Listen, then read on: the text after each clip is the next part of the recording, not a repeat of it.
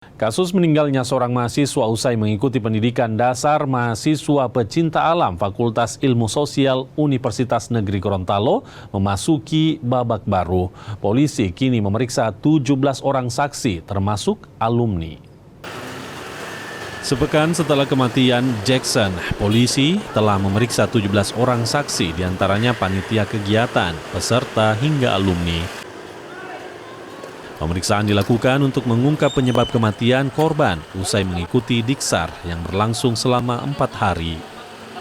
Polisi bilang hasil visum belum dapat dibeberkan karena keperluan penyidikan serta gelar perkara untuk penetapan tersangka.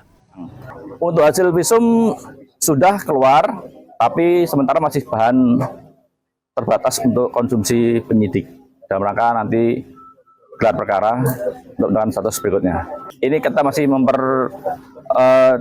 banyak keterangan-keterangan dan alat bukti yang lain supaya nanti pada saat gelar perkara kita bisa memastikan pasal dan tersangkanya.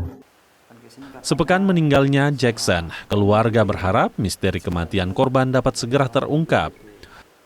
Misalkan sampai pada saat ini sudah hampir seminggu peristiwa ini terjadi, belum ada satupun yang ditetapkan sebagai tersangka atau belum ada satu orang pun yang ditahan oleh pihak Polres ataupun Polda Gorontalo.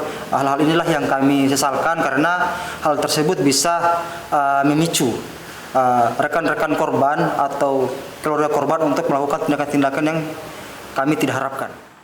Sebelumnya, korban dikabarkan meninggal dunia usai mengikuti diksar Mapala Fakultas Ilmu Sosial. Kematian korban diduga akibat menerima kekerasan fisik hingga mengalami bengkak dan lebam di bagian leher. Kris Kamisma, Kompas TV, Gorontalo.